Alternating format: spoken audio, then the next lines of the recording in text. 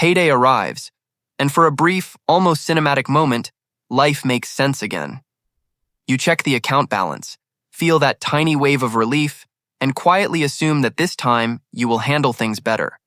Because you are older now, wiser, financially evolved, obviously. Then somehow, absurdly fast, the money starts evaporating. Bills, groceries, something you forgot, something you definitely did not forget but pretended was temporary. A few perfectly reasonable purchases that somehow formed a small conspiracy. And here's the irritating part. You are not reckless. You are not buying yachts. You are not setting cash on fire for entertainment. You work, you pay what needs paying, you try to be responsible, and yet the feeling stays exactly the same. Busy, tight, slightly behind. So the obvious explanation must be that you just do not make enough. That would be a very comforting theory. Clean, logical, emotionally convenient, and sometimes true. But if that explanation were the whole story, something important would be much easier to fix than it actually is. Maybe this sounds painfully familiar. You are the kind of person who works consistently. You show up, do your job, collect the paycheck, and try to behave like a functional adult in an economy that occasionally feels like a social experiment. You pay your bills. You do not make spectacularly terrible financial decisions. No midnight luxury watch purchases. No dramatic investment scheme recommended by a guy whose profile picture includes a rented sports car. You are, by most reasonable definitions, responsible. And yet your system, if we can generously call it that, usually works like this. Pay everything urgent first. Handle whatever is immediately annoying. Try not to spend on obviously unnecessary things. Then maybe save whatever survives. Which sounds sensible.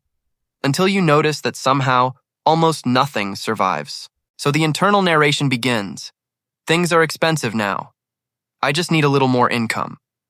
Once I get that raise, everything gets organized. Once that bonus comes in, I will finally breathe. Once this current weird month ends, I will reset. Interesting how every month is somehow the weird month. And none of this makes you irrational. Because from your perspective, the math feels honest. More income would absolutely help. If your expenses feel tight, then naturally more space should solve the pressure. That belief becomes incredibly comfortable because it protects something important. It protects your identity. Because if the problem is income, then your habits do not need interrogation. Your system does not need inspection. The future just needs to arrive slightly richer than the present. And honestly, who would not prefer that explanation? It is much easier to imagine rescue through a raise than to examine the quiet patterns happening every ordinary Tuesday. Now comes the annoying contradiction. Some people double their income and somehow remain just as stressed. Same anxiety, same paycheck countdown, same quiet financial tension sitting in the background like an unpaid emotional subscription. Meanwhile, other people earning significantly less seem stable, not glamorous, not rich, not posting suspiciously inspirational morning routines from minimalist apartments with perfect lighting, just stable. That creates a problem for the obvious explanation, because if income alone fixed financial stress, raises should solve this cleanly. But they often do not.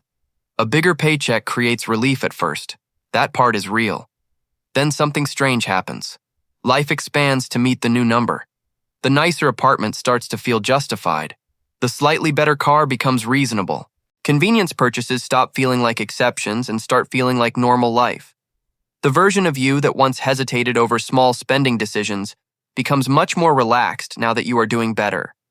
Which sounds like progress. Sometimes it is. Sometimes it is just stress wearing better clothes.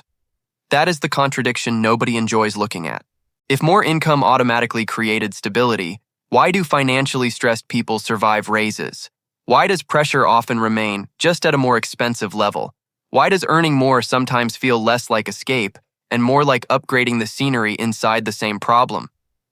Because the bottleneck may not be where you think it is. And that is where this gets uncomfortable. Let us make one thing clear before the internet invents an argument nobody made. Income matters. Of course it matters. If someone is genuinely under-earning relative to basic living costs, no amount of clever budgeting transforms arithmetic into magic. Discipline does not negotiate rent. But timing matters more than most people realize. Because in the earlier stages of financial life, the dominant force is often not income. It is behavior. That sounds less exciting, which is probably why people resist it. A raise feels heroic. Behavioral correction feels like admin work. But reality is not especially concerned with what feels inspiring. Here is the hidden truth. More money entering a messy system rarely creates stability. It usually magnifies whatever was already happening. If your financial habits are reactive, emotional, inconsistent, or mostly based on hoping the month behaves differently this time, more income does not fix the structure. It feeds it. Think of it like pouring water into a leaking bucket. If the bucket leaks slowly, adding more water makes you feel productive for a moment. Look, more water. Wonderful. But the underlying system remains exactly what it was, a leaking container with better input speed. That is what happens financially for a lot of people. The issue is not the amount entering. The issue is the mechanism handling it. Because money is surprisingly obedient. It tends to follow the rules you already live by, whether those rules are intentional or not. And that shift matters. Because once you stop framing the problem as only income, you stop waiting for rescue and start identifying the actual bottleneck. Not the dramatic one, the operational one. So what actually creates the pattern? Not luck. Not some mysterious financial curse assigned at birth. Usually something much less dramatic and much more fixable. 3 mechanisms. The first is simple. Behavior creates your financial shape. Most people think money outcomes are mostly about income size, but day-to-day reality is often shaped by default habits, not major decisions, small repeated ones. Because financial stress rarely arrives wearing a villain costume, it shows up disguised as normal behavior. A few reactive purchases after a tiring day, a convenience decision because cooking feels annoying, a subscription you forgot because it is only a small amount, a casual upgrade because you have been working hard and deserve something easier. Individually, none of this looks catastrophic. That is exactly why it works. Impulse decisions become fragmented spending. Fragmented spending becomes invisible leakage. Invisible leakage creates confusion. Confusion creates the feeling that money simply disappears. And once money feels mysterious, decision quality gets worse. Because you cannot control what you cannot clearly see. Second mechanism. Income expands existing patterns. This is where people get ambushed. A raise feels like a solution because mathematically, it should create breathing room. And briefly it does. Then existing habits scale upward. Someone who spends emotionally with less money rarely becomes strategically disciplined with more money just because a payroll department updated a number. That would be lovely, also extremely rare. Without spending rules, increased income often creates increased optional spending. Not because people are foolish, because humans normalize quickly. What once felt like a luxury becomes ordinary frighteningly fast. The occasional coffee becomes multiple convenience habits. Those habits become subscriptions. Subscriptions become delivery spending. Delivery spending becomes the default because time feels scarce. Then suddenly your baseline lifestyle has quietly inflated. And because the upgrades happened gradually, they feel earned rather than expensive. That distinction matters psychologically. People do not say, I increased my recurring obligations. They say, my life is better now. Sometimes both statements are true. Third mechanism. Clarity comes before optimization. This is where intelligent people often make strangely avoidable mistakes.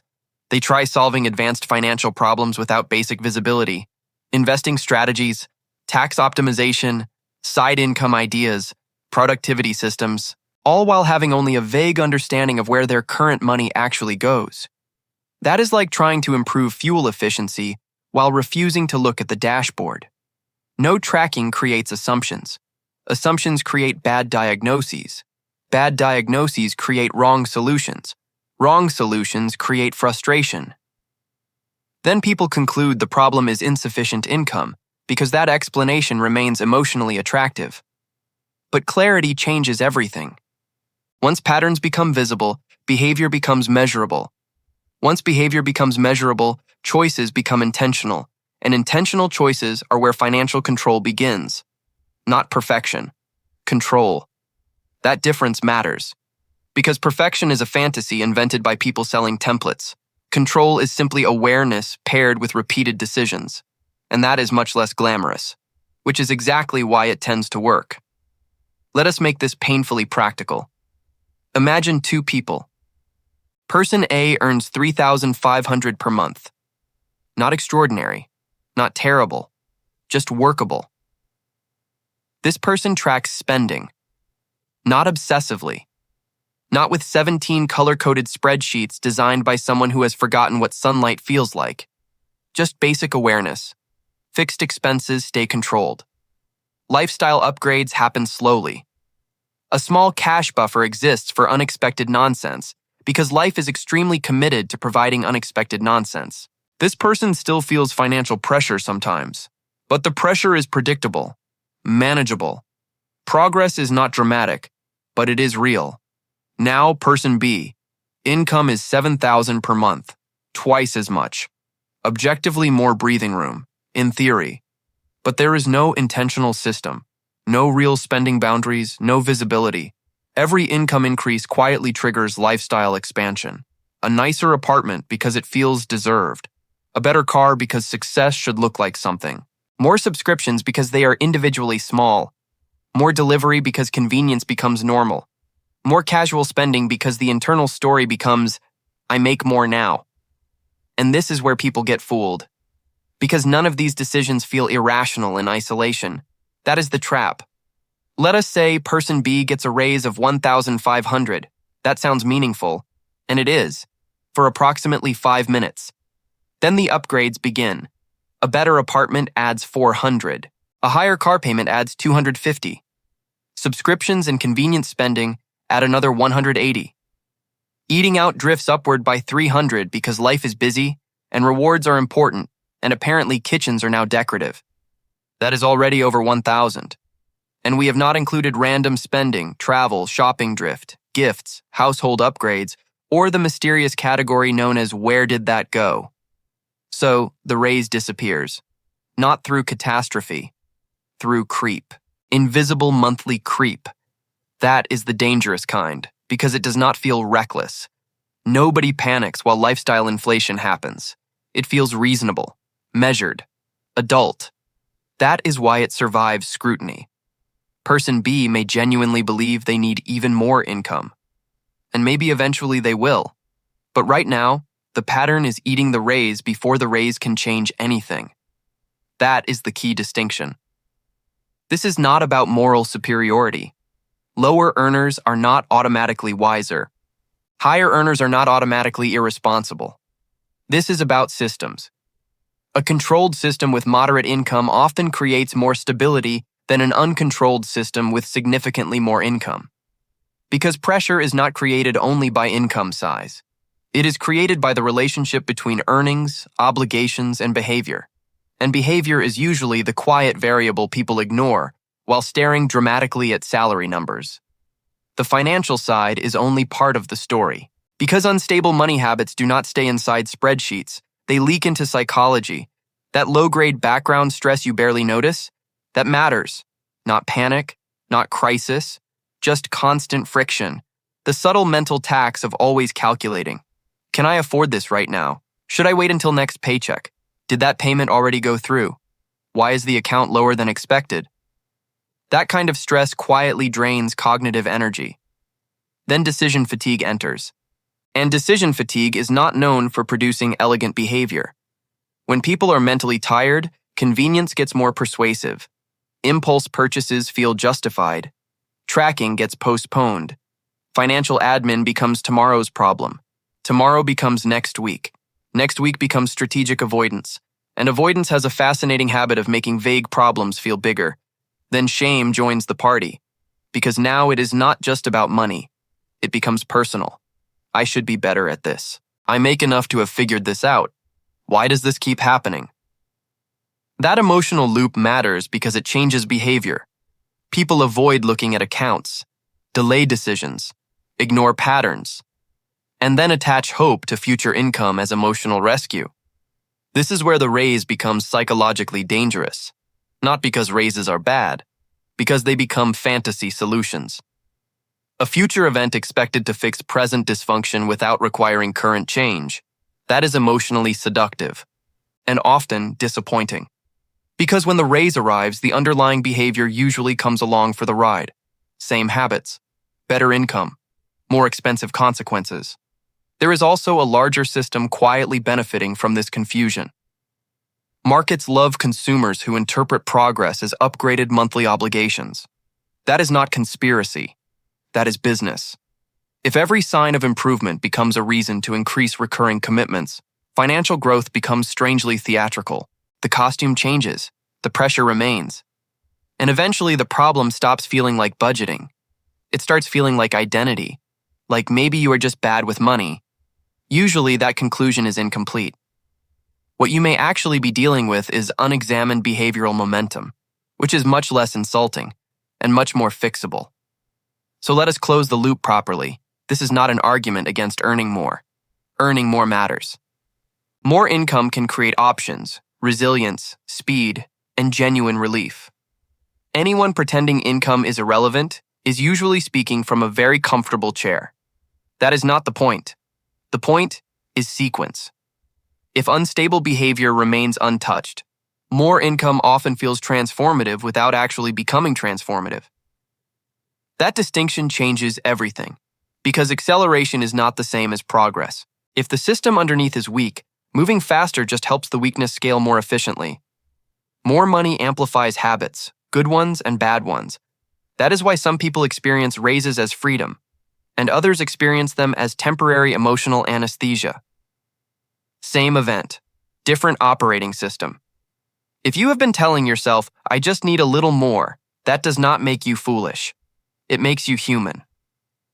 More resources feels like the obvious answer because sometimes it genuinely is. But if the actual bottleneck is behavioral, then solving only the income side creates frustration. You keep improving the input while the output barely changes. That feels deeply unfair. Because it is confusing. And confusion often gets mistaken for failure. It is not necessarily failure. It may simply be misdiagnosis. You are not wrong for wanting higher income. You are not irrational for feeling financial pressure.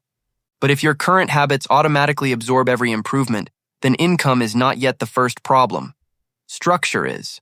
Because once behavior stops sabotaging progress, future income becomes dramatically more powerful. Then a raise does not disappear into invisible creep.